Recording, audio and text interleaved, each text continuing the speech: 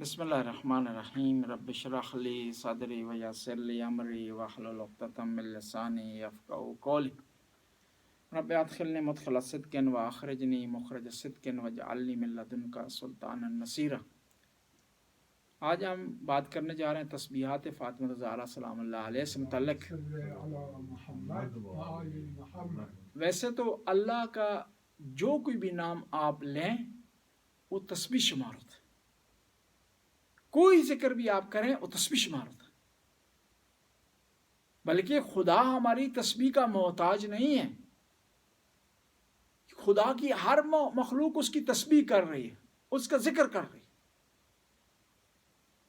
قرآن میں آیا ہے کہ وَاذْكُرُوا اللَّهَ، کہ اللہ کا ذکر کرو، اور تم جب اللہ کا ذکر کرو گے فَاذْكُرُونِي أَذْكُرُكُمْ، تم میرا ذکر کرو گے میں تمہارا ذکر کروں گا۔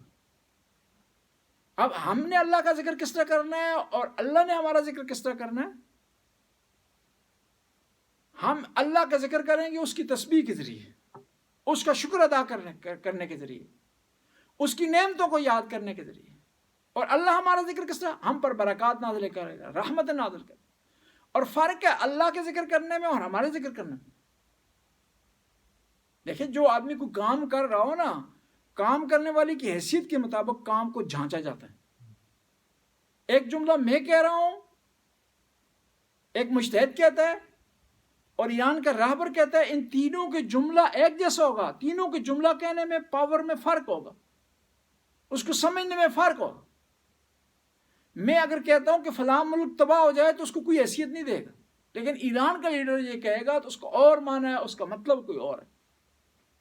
اور اللہ جب ہمارا ذکر کرتا ہے تو اس کا معنی اور ہے، ہم جب اللہ کا ذکر کرتے ہیں اس کا معنی اور ہے۔ کیوں؟ اللہ علی کل شیء قدیر ہے، رحمان ہے، رحیم ہے، کسی کو پکڑ لے کوئی چھڑا نہیں سکتا، کسی کو عطا کرے کوئی مانے نہیں مان سکتا۔ بس اللہ کا ذکر کرنا بہت بڑا مقام رکھتا ہے۔ الا بذکر اللہ تطمئن القلوب، خدا کے ذکر سے دلوں کو اطمینان حاصل ہوتا ہے۔ اور ان خدا کے اذکار میں سے سب سے بہترین ذکر تسبیحات فاطمہ الزہرا سلام اللہ، ان اذکار میں سب سے بہترین۔ کیوں بہترین ہے؟ کیونکہ دنیا کی سب سے بہترین ہستی نے عطا کیا ہے کس کو؟ دنیا کی سب سے بہترین خاتون کو۔ دینے والا بھی مقام رکھتا ہے اور لینے والی ہستی بھی مقام رکھتی ہے۔ اور یہ بھی کیا ہے؟ 34 دفعہ اللہ اکبر ہے، 33 دفعہ الحمدللہ ہے، اور 33 دفعہ سبحان اللہ۔ اور اس کا بڑا منزل اور مقام ہے۔ آپ پریشان ہیں، حاجت رکھتے ہیں، دنیا سے نا امید ہو چکے ہیں، آخری پوائنٹ پر پہنچ چکے ہیں اور کلوز اینڈ پر پہنچ چکے ہیں آپ، لیکن تسبیح فاطمہ الزہرا ان تمام مشکلات سے آپ کو بچا سکتی ہے۔ آپ کو ضرورت نہیں ہے کسی پیر کے پاس جائیں، ضرورت نہیں ہے کسی اور آدمی کے پاس جائیں، کسی مرشد کے پاس جائیں، تسبیح فاطمہ الزہرا پڑھیں تو آپ کی مشکل حل ہو جائے گی۔ کس کی مشکل حل ہوئی ہے تسبیح فاطمہ الزہرا کے ذریعے؟ بی فاطمہ الزہرا سلام اللہ علیہ۔ کس نے عطا کی اور مشکل کا وسیلہ کون بنا؟ نبی کریم صلی اللہ علیہ وسلم۔ بی فاطمہ آتی ہیں اپنے بابا کے پاس کہ بابا میں کام بجا لانے کے ذریعے تھک چکی ہوں، آپ میری مدد کریں۔ تو پیغمبر نے کہا کہ میں تجھے ایک ایسی چیز عطا کرتا ہوں جس کے بعد تجھے مدد کی ضرورت نہیں پڑے گی، تجھے تھکاوٹ نہیں آئے گی، تجھے پریشانی نہیں آئے گی، یہ تسبیح تمہیں عطا کرتا ہوں۔ پیغمبر نے عطا کی۔ تسبیح فاطمہ الزہرا کا صحیح فائدہ حاصل کرنے کی شرائط ہیں۔ پہلی شرط یہ ہے کہ مستحب ہے کہ کسی نماز کے بعد، اور صبح کی نماز کے بعد زیادہ ثواب ہے، زیادہ کی تاکید ہے۔ دوسرا یہ ہے کہ اس ترتیب سے پڑھی جائے، پہلے اللہ اکبر، پھر الحمدللہ، پھر سبحان اللہ۔ پھر تیسری شرط یہ ہے کہ موالات کے ساتھ ہو تسبیح فاطمہ الزہرا، یعنی یہ نہیں ہے کہ آپ نے اللہ اکبر 34 دفعہ کہا، کسی کام کے لیے چلے گئے، پھر واپس آ کے الحمدللہ، نہیں، مسلسل اسے کہیں اور باوضو ہوں۔ جو بھی آپ کو حاجت و پریشانی ہو فوراً تسبیح لیں، تسبیحات فاطمہ الزہرا سلام اللہ علیہ کو پڑھیں، اور اس کے بعد دعا مانگیں تو دعا آپ کی قبول ہو جائے گی۔ اور تسبیح فاطمہ الزہرا کا مقام نہ فقط شیعوں کے ہاں، اہل سنت بھی اس کو مانتے ہیں۔ اور یہ تسبیح بی بی فاطمہ الزہرا کو پیغمبر نے خصوصی طور پر تعلیم کی اور اپنے اصحاب کو بھی تعلیم کی۔ صحابہ کرام پیغمبر کی خدمت میں حاضر ہوئے اور آ کر کہا کہ یہ جو امیر لوگ ہیں پیسے دیتے ہیں، مال دیتے ہیں، جہاد کے لیے پیسے خرچ کرتے ہیں، ان کو مقام حاصل ہو جاتا ہے، ہم کیا کریں کہ ہمیں بھی مقام حاصل ہو؟ ہمارے پاس پیسے نہیں ہے، مال نہیں ہے، پراپرٹی نہیں ہے، کوئی دینار دے رہا ہے، کوئی درہم دے رہا ہے۔